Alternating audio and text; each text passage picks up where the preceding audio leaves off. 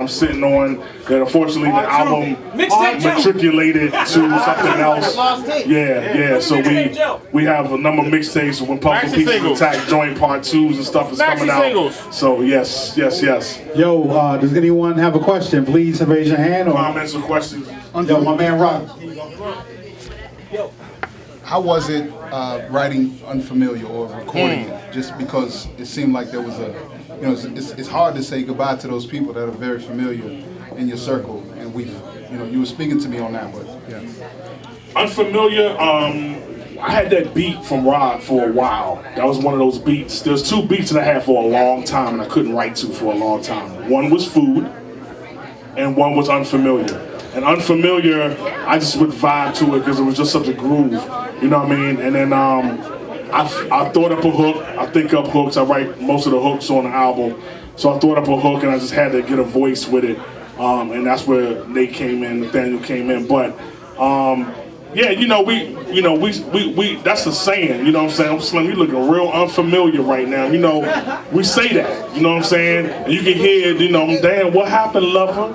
You know what I'm saying? Like that we say that. So it's like you're looking real strange right now, and that just came, and I started thinking about people who, change up on you, or you change for the better and they don't change with you. They can't grow with you. You know what I'm saying? And that came out. And for this album, I didn't set out to work with anyone. I let the songs decide whose voices I thought should be on it. Much different from Mr. Move Something. I set out to work with Raheem and Dub and Asheru and those cats. But this album, it was just like wherever the songs take me. And with the way that the flow went, I heard XO. I heard that we had never worked together. I heard his voice on it with me. And then, when Nathaniel hit it, it was a whole nother level when Nathaniel hit it. So I was... Yo, we still open. We got more questions. Okay, let me get the young lady first. Yes. Oh, me. Yeah, you're the young lady. Not that young. Thank you, Size.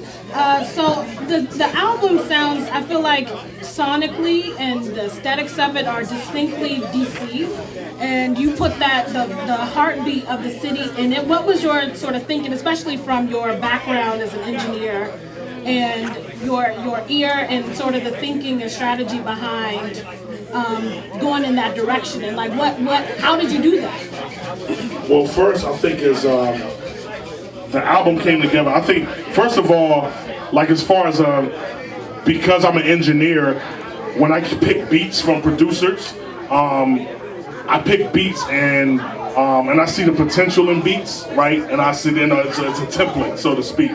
I'm drawn to beats that have percussion in them, and that's my go-go roots. You know what I'm saying? So if you listen to Food, you know what I'm saying? If you listen to other, there's beats that I'm drawn to. Even me and Arnell's joint, the Call of the Wild joint. Like I'm drawn to beats that have percussive elements in them naturally, because that's just who we are. You know what I'm saying? Being from here or whatever. But I think sonically, what I wanted to do was, to me, this is my low-end theory, so to speak, where the subject matter is so heavy. I really wanted the music to be easy to listen to, because the subject, I kind of wanted to sneak you with the subject matter. So I tried to make grooves that were really easy to listen to, so that you might, because that's what the media does, right?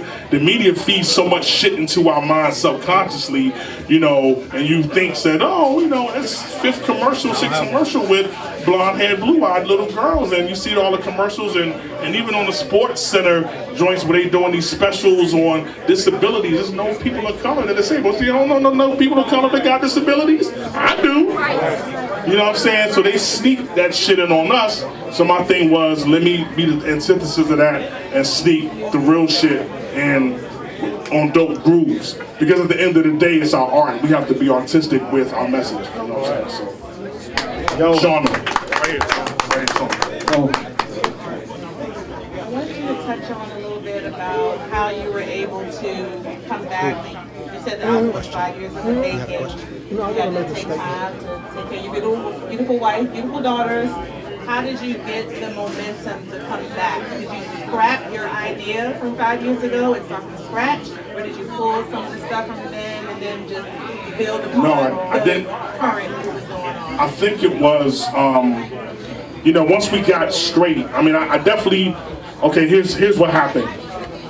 I had a project in 2008 called the Ozone Project. And this is right when I was fed up. When I was working at Omega Studios, Unknown, you know this journey.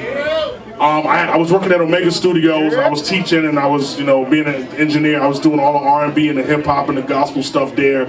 I was there for 6 years, and I was just getting fed up with a lot of industry shit. And we were doing some great music. In 2000, I had to Mr. Move Something. We had the SPP album in 2006.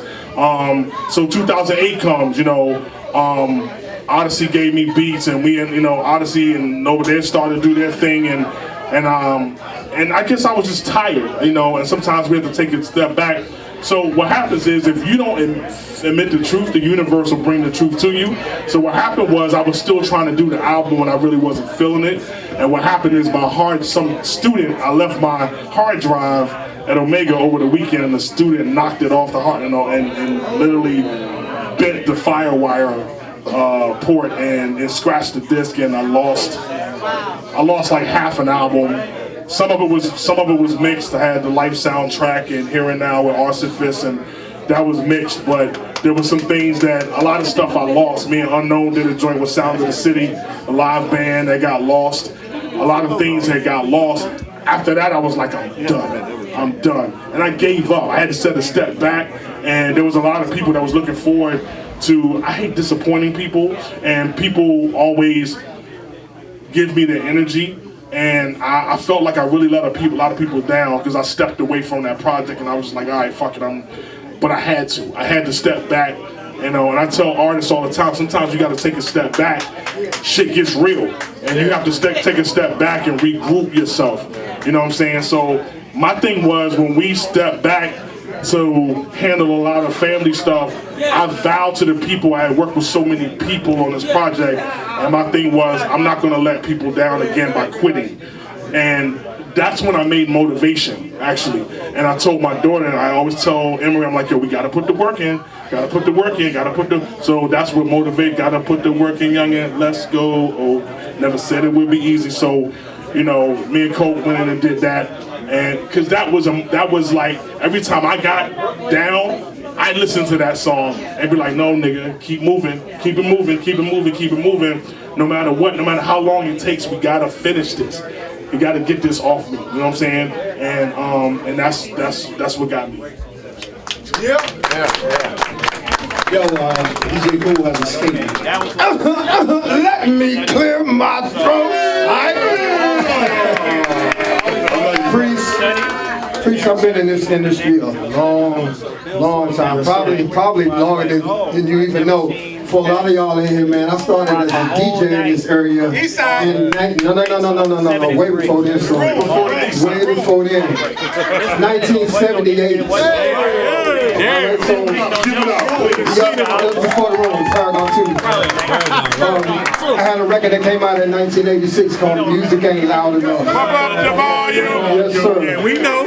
And I've never, go ahead. I've never been a part of the underground movement, but I've always been a fan of the underground movement. Listening to people like yourself, Godzilla,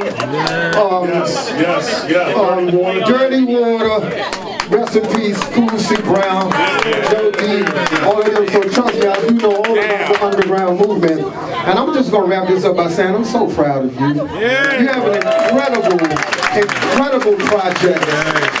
You know what I'm saying? Just like I said, I kicked this ball off at 86. And I'm just glad that people like you took the damn ball and ran with it. I want you to keep on running with it and take it as far as you can take it. I think you are incredible. I've never met you, but I did hear you on the project. You are incredible. So big, yes, sir. Bless. Yes, sir. That's it, man. God bless you, please. Well, I love you, brother. Yo, that's a DC legend right there. That's a DC legend right there. We got some heavy hitters in the house, man. Shout out DJ Bill's Horse.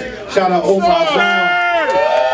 New Street Renaissance over on Brown in the back. Yo, who's Still booking shows. Still booking We shows. got 2 more, and we're gonna keep it moving. Okay, I'll get you, Gary. What's up, everybody? This is King RG. All right, so you know how fragile today is, right? So, was there anything on the album that you second guessed when you were writing the content and things of that nature? Not today. With Musina. I knew dealing with feminizing men and the whole gay and that was controversial to some people. People take things the wrong way, take things and run with it. Oh, you against gay people? Or you against it? No, I'm not against none of that shit. You know what I'm saying? I'm talking about media imagery. You know what I'm saying?